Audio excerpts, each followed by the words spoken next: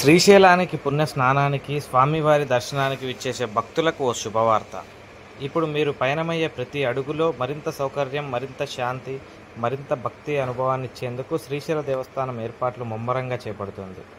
ఈ దిశగా దేవస్థానం కార్యనిర్వహణాధికారి శ్రీ ఎం. శ్రీనివాసరావు నేతృత్వంలో ప్రత్యక్ష సమీక్ష సమావేశం నిర్వహించబడింది. అవసరాలను గమనించి ప్రతి విభాగంలోనూ సమన్వయంతో ముందుకు సాగాలని నిర్ణయించారు.